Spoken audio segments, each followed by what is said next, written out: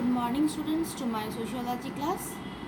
Today I am going to discuss about next part of our chapter. Last class we have already discussed about the social caste, class, social stratification, etc. So today the related term, that is a status and role, today I am going to discuss. First of all, the two concepts, that is status and role, are often seen as twin concepts.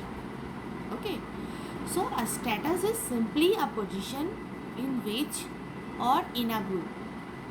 Every society and every group has many such positions, and every individual occupies many such positions. Status thus refers to the social positions which define rights and duties assigned to these positions. To illustrate, mother occupies a status which has many norms of conduct as well as certain responsibilities and certain duties also. A role is another dynamic or behavioral aspects of status. Status is occupied. Okay, so students, first of all, we will learn about status. So status is refers to a positions. We have to acquire it.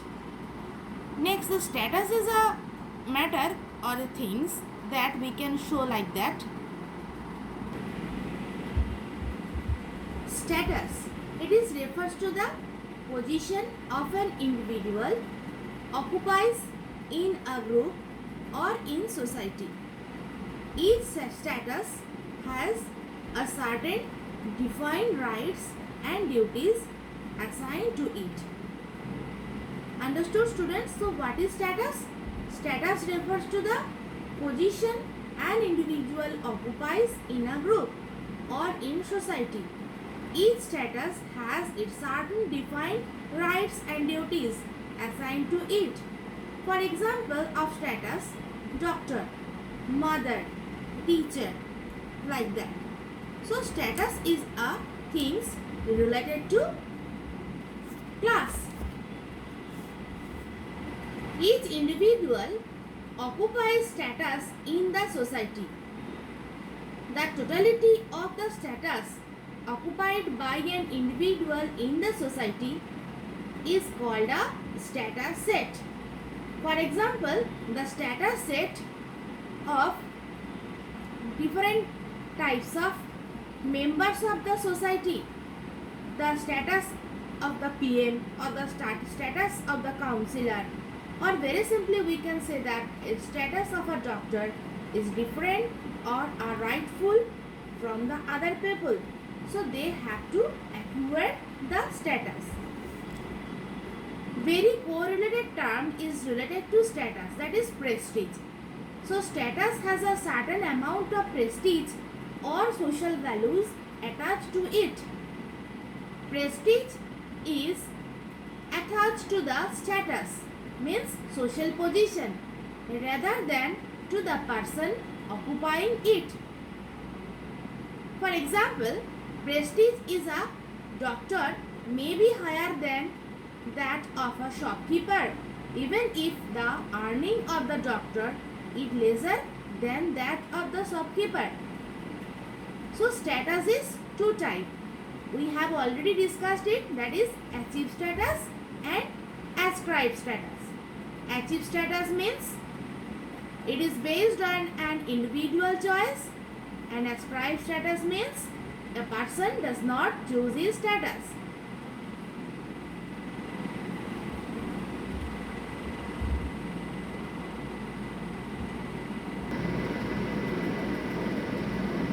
A role. Status and role are interconnected because role is the behavioral aspects of status. It is the expected behavior associated with a status. So what is role, students? Status and role are interconnected because role is the behavioral aspects of status. It is the expected behavior associated with a status. For example, the status of a student has certain expected behavior attached to it. However, while a status is occupied, role is played.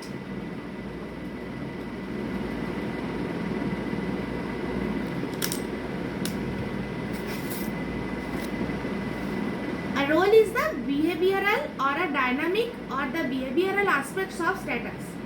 Status is occupied but roles are played. We may say that a status is an institutionalized role. It is a role that has become regularized, standardized and formalized in the society at large or in any of the specific association of society. So I hope students you can understood what is the status, and it must be said that each individual in a modern complex society such as ours occupies many different kinds of status during the course of his/her life. You as a school student, you may be a student of your teacher, a customer of your grocery shop, a passenger to the bus driver, a brother or sister to your sibling, and a patient to the doctor. Needless to say, we could keep adding to the list. So students, one person have different role in our society. So status and role are very correlated term. In a modern society, an individual, as we saw, occupies multiple status, okay, which is sociologically termed as status set. As I told you earlier that individuals acquire different status at various stages of life.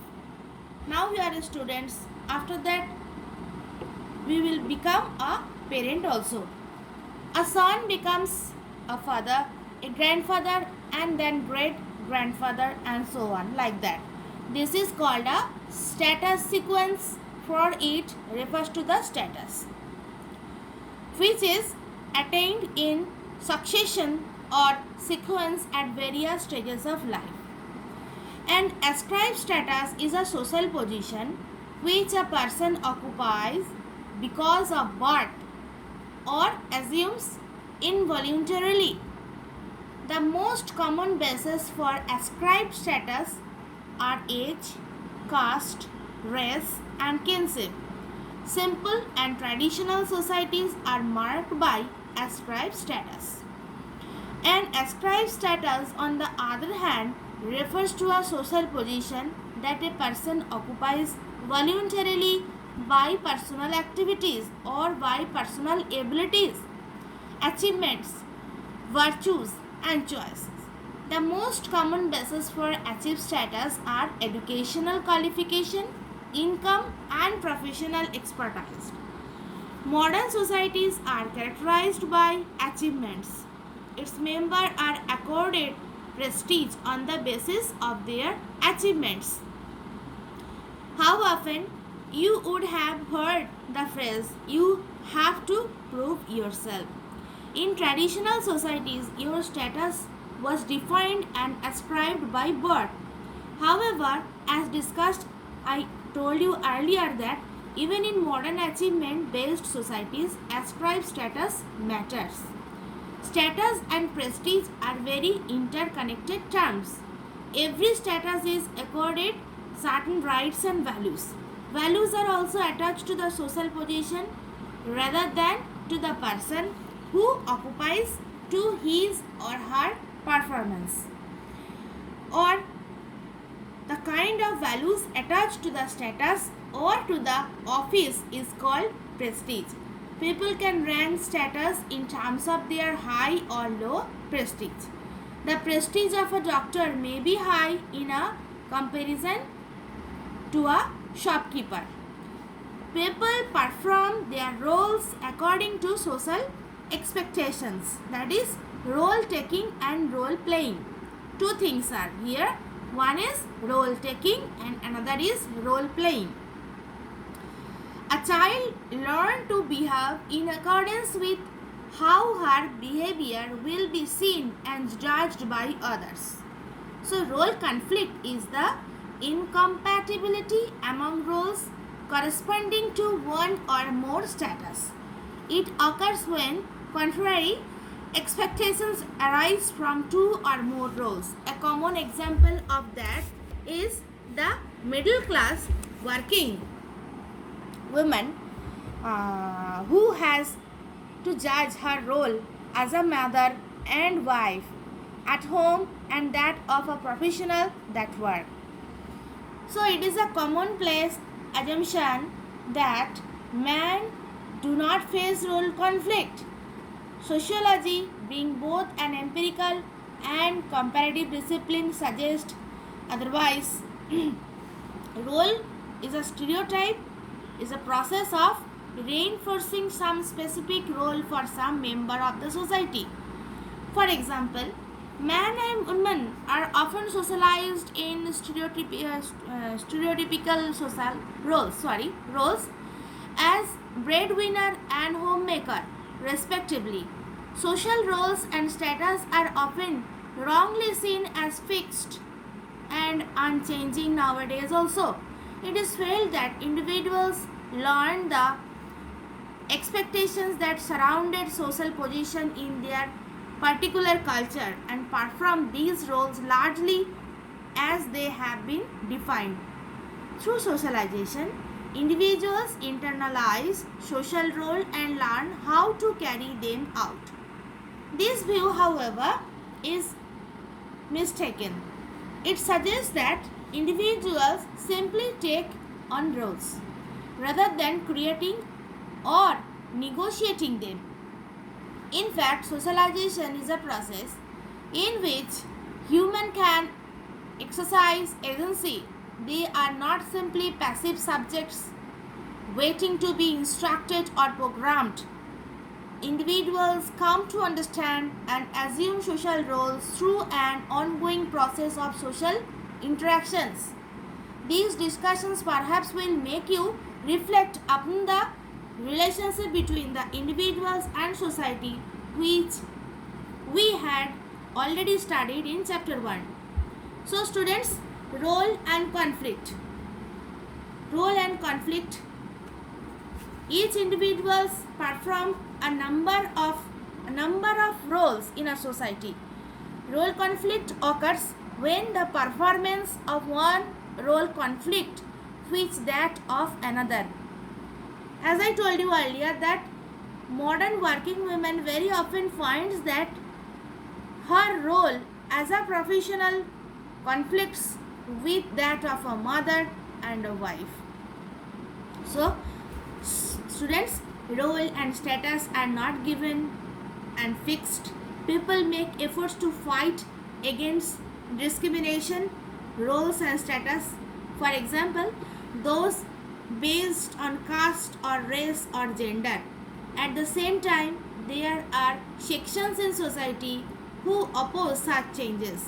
Likewise, individual violation of roles are often punished.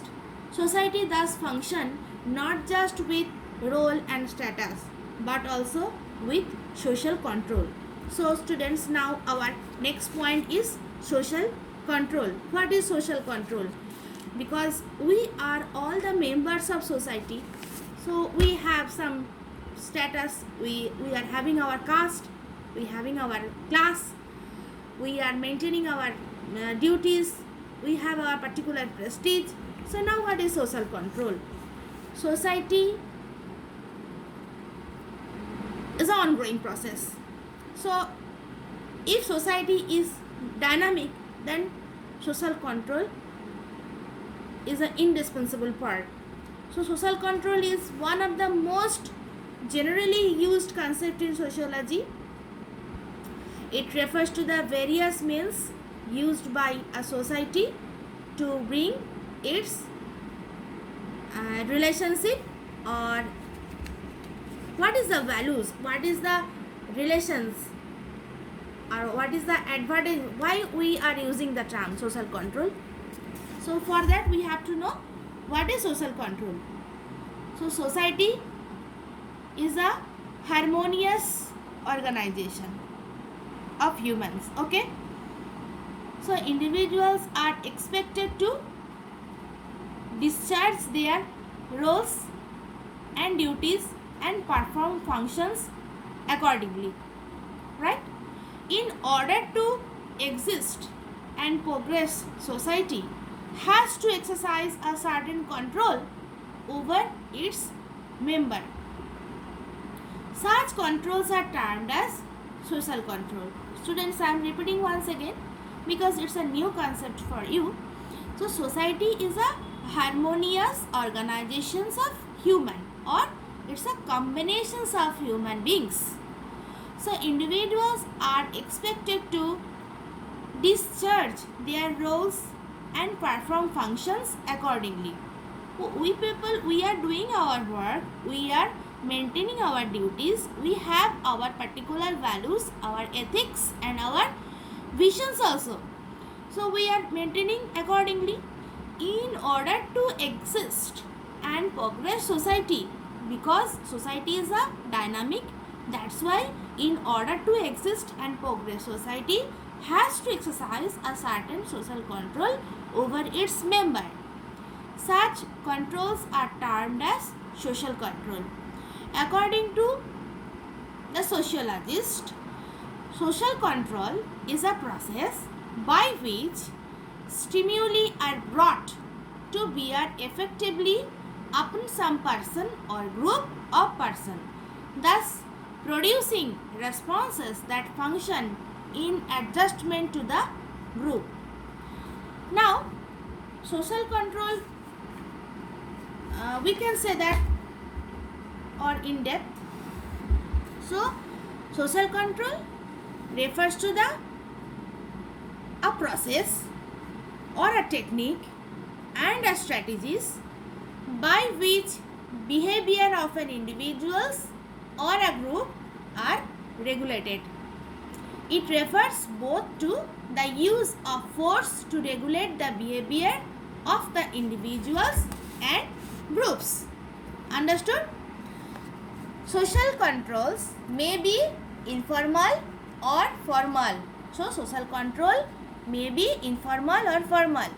When the codified, systematic and other formal mechanism of control is used, it is known as formal social control. There are agencies and mechanism of formal social control. For example, law and the state. In a modern society, formal mechanism and agencies of social control are emphasized.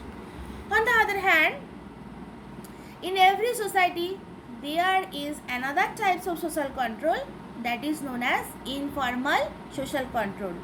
It is very much personal, unofficial, uncodified. They include smiles, making faces, body language, criticism, laughter, etc. So there can be a great variation in their use within the same society. In day-to-day life, they are quite effective. However, in some cases, informal methods of social control may not be adequate in enforcing conformity or obedience. There are various agencies of informal social control. Can you guess? Family, yes, of course, family, religion, kinship, etc. is the informal social control. And formal social control, law and the state. So now, some of the characteristics of social control. It is an influence.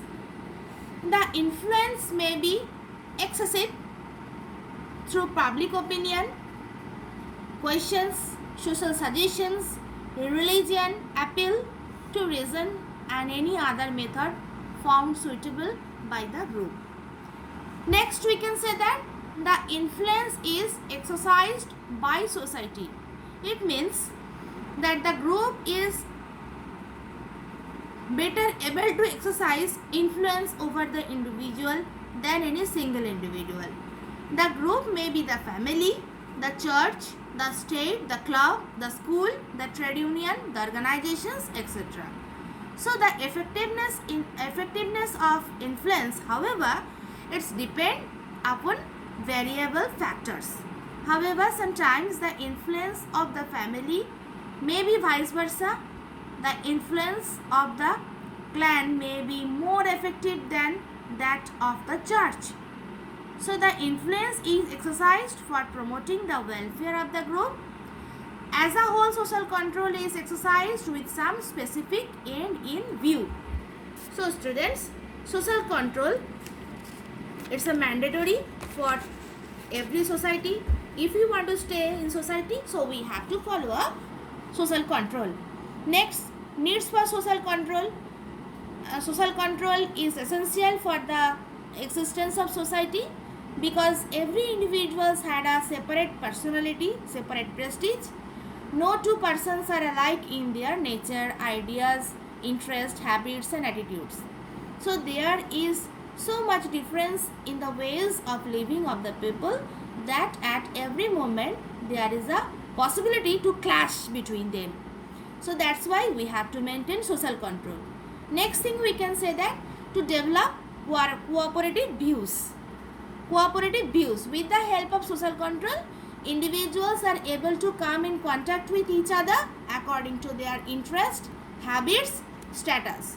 Thus, they develop the cooperative nature in which the basic elements for the development of society. To provide, next point, to provide social sanction. Social control provides social sanction and social ways of behavior. There are many norms and customs in every society. We individuals and each individual has to follow them. If an individual violates the social norm, he is compelled by the social control to observe them. So, students, I hope today you understood what is the status, what is the role and role conflict mainly for the women's and then social control. That's all for today. Thank you all.